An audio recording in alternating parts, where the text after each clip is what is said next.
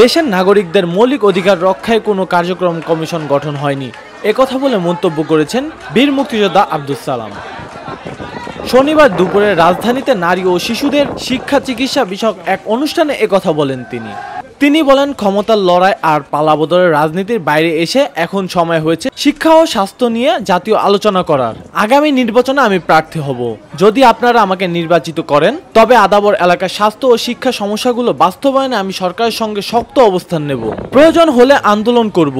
দাবি আদায়ের জন্য যা যা করণীয় তাই করব। আজকে চিকিৎসা ব্যবস্থাটা যেটা সবচেয়ে বাংলাদেশের সবচেয়ে জরুরি দুইটা ব্যবস্থা, একটা হলো চিকিৎসা আর একটা হলো শিক্ষা। আজকে এই দুইটা ব্যবস্থায় বাণিজ্যিকরণ হয়ে গেছে। এই দুইটা বিশেষ করে শিক্ষার ব্যাপারে কোনো কমিশনই হয় নাই। শিক্ষাটাকে কিভাবে নাগরিকদের যে একটা অধিকার, এই শিক্ষাটা নাগরিকদের জন্য যে এর খরচ করা যায় সেই ব্যাপারে কোনো কমিশনই হয় নাই। খালি কিভাবে ক্ষমতায় যাওয়া যাবে, কার ক্ষমতা কিভাবে রাখা যাবে এবং কাকে ক্ষমতা দিয়ে কাটেল করা যাবে, খালি ওইটা নিয়েই আলোচনা, ওইটা নিয়েই সবকিছু। আজকে চিকিৎসার বেলাও তাই। আজকে চিকিৎসা আমরা মনে করি এই চিকিৎসা ব্যবস্থাও আজকে আন্দোলন করতে হবে, দরকার হলে সামাজিক আন্দোলন।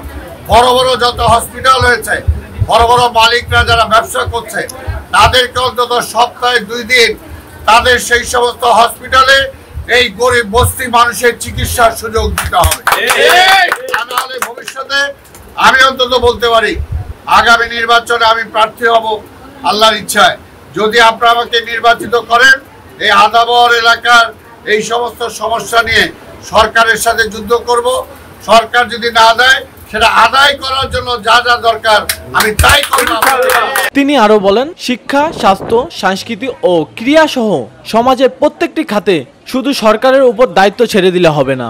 সমাজের বিত্তবান, ডাক্তার, প্রকৌশলী ও ব্যবসায়ীদের এগিয়ে আসতে হবে। দেশের দরিদ্র জনগোষ্ঠীর জন্য শিক্ষা ও চিকিৎসা সবচেয়ে জরুরি দুটি খাত, কিন্তু দুঃখজনকভাবে এই দুই খাত আজ বাণিজ্যকরণের শিকার। তারা আল্লাহর তরফ থেকে দোয়া পাবে, আল্লাহর তরফ থেকে। কারণ এই যে গরিব মানুষ, নিরীহ মানুষগুলোকে একবেলা চিকিৎসা দিতে পারলে, একবেলা তার মুখে অন্ন তুলে দিতে পারলে, এটা আল্লাহর পক্ষ থেকেই আপনার রিওয়ার্ড পাবেন। আল্লাহর পক্ষ থেকে আপনার রিওয়ার্ড পাবেন।